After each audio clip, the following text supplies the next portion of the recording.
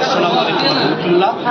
আজকে আমাদের গতকালকের যেই অবরোধ এবং বিক্ষোভ কর্মসূচিকে কেন্দ্র করে আমাদের নিরপরাধ ভাইয়েরা, নিরস্ত্র ভাইয়েরা, তাদেরকে গ্রেপ্তার করে হাসরেস থানা যে মামলা দেওয়া হয়েছে সেটা হচ্ছে 3/5/2025 এবং যেটা চানগো থানা মামলা দিয়েছে সেটা হচ্ছে 8/5/2025। এখানে একখানে আমাদের 13 জন আর এখানে আমাদের 9 জন। এই ভাইয়েরা সবাই প্রায় আলেম, ইমাম, ওলামা। এরা কোনো প্রকার ভাঙচুর করে নাই, কোনো ঘটনা করে নাই, কোনো পুলিশকে অ্যাটাক করে নাই। ওনারা শান্তিপূর্ণভাবে অবরোধ কর্মসূচিতে অংশগ্রহণ করেছিল এবং অবরোধ কর্মসূচিটা ছিল সকাল 9টা থেকে 12টা। আর মামলায় ঘটনা দেখানো হয়েছে 12টা 30 মিনিট। কাজে এখানেই কন্ট্রাডিকশন। এবং যে স্পেশাল 1974 সালের বিশেষ ক্ষমতা আইন এই মামলায় দেওয়া হয়েছে, আমার ভাইয়েরা কোনো স্পেশালি কোনো ঘটনা ঘটেন নাই এবং এজাহারেও স্পেশাল পাওয়ার অফ অ্যাক্টের কোনো প্রকার বিবরণ সেখানে এজাহারের মধ্যে নাই। কাজে আমার ভাইয়েরা নিরপরাধ। আজকে না হয় কালকে অবশ্যই আমরা ন্যায় বিচার পাবো ইনশাআল্লাহ। আমাদের ভাইদেরকে আমরা অবশ্যই জামিন করিয়ে আপনাদের কাছে দিতে পারবো আশা করি।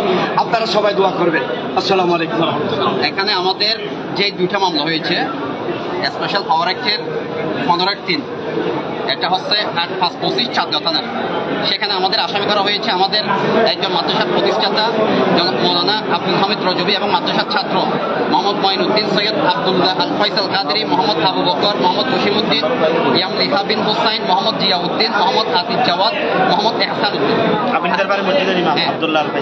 আরেকটা মামলা যেটা 5/3/25, সেখানে দণ্ডবিধির 353 এবং স্পেশাল পাওয়ার অ্যাক্টের 15-3 দ্বারা মামলা। সেখানেও আমাদের আসামি করা হয়েছে আরিফুল ইসলাম, প্রকাশ ইয়াসিন, মোহাম্মদ আব্দুল মালেক, মোহাম্মদ খালেদ বিন হোসেন, মোহাম্মদ ওসমান গনি, মোহাম্মদ রাকিব হাসান, ইমাম হোসেন, মোহাম্মদ আব্দুল কাদের, মোহাম্মদ নকিব, আবু সুফিয়ান, মোহাম্মদ জাহিরুল ইসলাম, প্রকাশ রাশেদ, মোস্তফা হোসেন, সোয়াইব, বোরহানুদ্দিন, এনামুল হক হাসান।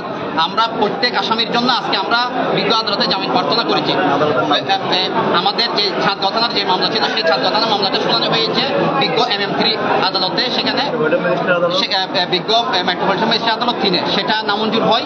পরবর্তীতে আমরা MMC থানার মামলাটা বিজ্ঞ মেট্রোপলিটন ম্যাজিস্ট্রেট আদালত 6ষ্ঠ আদালতে শুনানি হয়েছে। আমরা আমাদের আহলে সুন্নাত ওয়াল জামাতের পক্ষ থেকে এবং বাংলাদেশ লয়ার্স ফ্রন্টের পক্ষ থেকে আমাদের 50-এর অধিক আইনজীবী আজকে এখানে স্বতঃস্ফূর্তভাবে অংশগ্রহণ করেছে।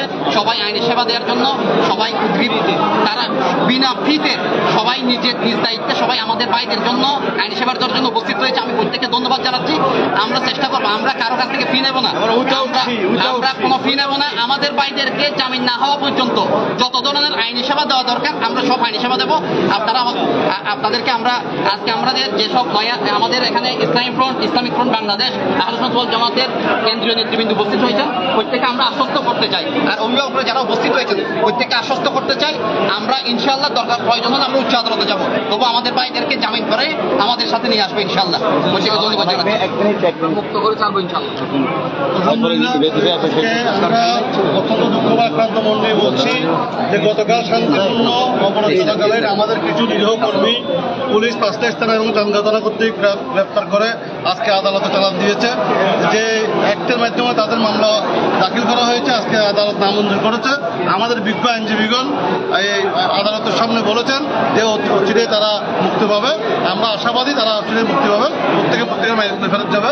আমরা আশা করবো সরকার নিয়ে বিচার করবেন। সবাইকে ধন্যবাদ। আসসালামু আলাইকুম ওয়া রাহমাতুল্লাহি ওয়া বারাকাতুহু। আমি প্রথমেই যারা আজকে আসামি হিসেবে আদালতে হাজির করা হয়েছে, আমাদের কর্মী যারা অ্যারেস্ট হয়েছেন, আমি প্রত্যেকের অভিভাবকদের উদ্দেশ্যে বলছি আপনারা কেউ মনোক্ষুণ্ণ হওয়ার কোনো কারণ নেই। আমাদের প্রায় 50 জন লয়ার এই মামলা লড়ার জন্য প্রস্তুত রয়েছে এবং আমাদের সংগঠন থেকে আমরা সর্বশেষ দেখে ছাড়বো এই ষড়যন্ত্ররা কারা করছে এবং আমরা আমাদের কর্মীদেরকে অবশ্যই যে কোনো কিছুর বিনিময়ে এই মামলা থেকে বের করে আমরা মুক্ত করবো ইনশাআল্লাহ। আসসালামু আলাইকুম ওয়া রাহমাতুল্লাহি ওয়া বারাকাতুহু। আসসালামু আলাইকুম ওয়া রাহমাতুল্লাহি ওয়া বারাকাতুহু। সুপ্রিয় সম্মানিত অভিভাবকবৃন্দ এবং আমাদের দলীয় যারা আছেন সকলকে আমরা মোবারকবাদ জানাচ্ছি। আসলে যে কোনো দাবি আদায় করতে হলেই আমাদেরকে আন্দোলন সংগ্রামে ঝাঁপিয়ে পড়তে হবে। তারও ধারাবাহিকতায় গতকাল আমাদের যে দাবি আদায় ছিল স্বতঃস্ফূর্ত এবং শান্তিপূর্ণ, সেখান থেকে আমাদের যে কর্মী ভাইয়েরা গ্রেপ্তার হয়েছে সেটা আইনের একটি প্রক্রিয়া, সুতরাং কারো হতাশ হওয়ার কোনো কারণ নেই। আজকে আমাদের প্রায় 50-এর অধিক আইনজীবী তাদের পক্ষ হয়ে কাজ করেছি আমরা, যারা করেছেন তাদের সকলের প্রতি আমি বিনম্র কৃতজ্ঞতা জ্ঞাপন করছি। এবং যারা অভিভাবকবৃন্দ আছে এবং আমাদের দলীয় নেতৃবৃন্দ আছে, কর্মীবৃন্দ, কারো হতাশ হওয়ার দরকার নেই।